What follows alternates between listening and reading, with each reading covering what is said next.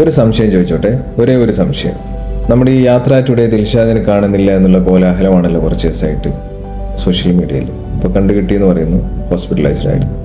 ഈ I quit എന്നുള്ളൊരു post ഇട്ടിട്ടാണോ ഒരാൾ ഹോസ്പിറ്റലൈസ്ഡ് ആവുക, അല്ലെങ്കിൽ ആക്സിഡൻറ്റിന് ശേഷമാണോ മുമ്പാണോ അദ്ദേഹം ഐ ക്വിറ്റ് എന്ന പോസ്റ്റ് ഇട്ടത്? ഐ ക്വിറ്റ് എന്ന പോസ്റ്റ് ഇടുന്ന സമയം വേണോ വീട്ടിലേക്ക് ഞാനിങ്ങനെ ഹോസ്പിറ്റലൈസ്ഡ് ആയി എന്ന് പറയാൻ? ഒരു ഇൻഫ്ലുവൻസർ സോഷ്യൽ മീഡിയയിൽ ഒരു പോസ്റ്റ് ഇടുമ്പോൾ അതിന് വേണ്ട സമയവും അതിന് വേണ്ട പെർഫെക്ഷനൊക്കെ എടുത്തിട്ടാണ് ഒരു പോസ്റ്റ് ഇടുക. അദ്ദേഹം ഒന്നുകിൽ ഗൂഗിളിൽ പോയിട്ട് ഐ ക്വിറ്റ് എന്ന ഇമേജൊക്കെ സെർച്ച് ചെയ്ത് അത് സ്ക്രീൻഷോട്ടോ ഡൗൺലോഡോ ചെയ്തിട്ട് അതിലിട്ട് അതിന് കുറച്ച് സമയം എടുക്കും. ഇനി അതല്ലെങ്കിൽ മൂപ്പര് ടൈപ്പ് ചെയ്താണെങ്കിലും ഇതിനൊരു പണി ഒക്കെ എടുത്തിട്ടാണല്ലോ ഇത് പോസ്റ്റ് ചെയ്യുന്നതും ഒക്കെ. ഇത്രയും സമയം വേണോ വീട്ടിൽ വിളിച്ച് പറയാൻ ഞാനിങ്ങനെ ഹോസ്പിറ്റലൈസ്ഡ് ആയിട്ടുണ്ട്? അല്ലെങ്കിൽ ആക്സിഡൻ്റായി ഹോസ്പിറ്റലൈസ്ഡ് ആവുന്ന ഒരാൾ ഐ ക്വിറ്റ് എന്നാണോ പറയുക? അല്ലല്ലോ.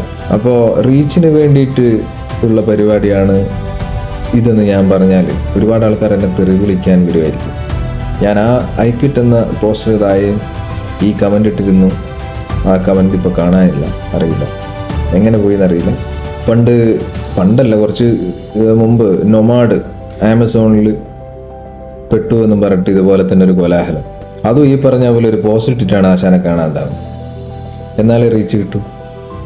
അല്ലാണ്ട് 5-6 ദിവസം പോസ്റ്റ് വരാണ്ടിരുന്നാൽ ആരെയും അന്വേഷിച്ച് പോകുന്നില്ല. കാരണം സോഷ്യൽ മീഡിയയാണ്, സ്ക്രോൾ ചെയ്ത് പോകുമ്പോഴുള്ള ഈ ഓർമ്മയൊക്കെ ഉള്ളൂ. അല്ലെങ്കിൽ വീട്ടുകാർക്ക് ഓർമ്മ വേണം, വീട്ടുകാർ വല്ല കേസ് കൊടുക്കുക അങ്ങനെയൊക്കെ ചെയ്യാം. അതുപോലെ മല്ലു ട്രാവലർ അവന് സുഖമില്ല എന്ന് പറഞ്ഞിട്ട് വന്നിട്ടുണ്ടായിരുന്നു.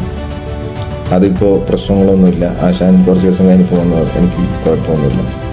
ആറാട്ടെണ്ണം ക്യാൻസറാന്ന് പറഞ്ഞിട്ടുണ്ടായിരുന്നു. അപ്പോൾ സോഷ്യൽ മീഡിയ ഉപയോഗിക്കുന്നവർക്കറിയാം റീച്ച് കുറയുമ്പോൾ അതെങ്ങനെ റീച്ചിലേക്ക് എത്തിക്കണം എന്നുള്ളത്. സോഷ്യൽ മീഡിയ ഉപയോഗിക്കുന്ന ഒരാൾക്ക്, നിങ്ങൾ ഇൻഫ്ലുവൻസർ, യൂട്യൂബർ എന്നൊക്കെ വിളിക്കുന്ന ആളുകൾക്ക് വ്യക്തമായ ബോധ്യമുണ്ട് എങ്ങനെയാണ് റീച്ച് കുറയുമ്പോൾ റീച്ചിലോട്ട് കൊണ്ടുവരാൻ.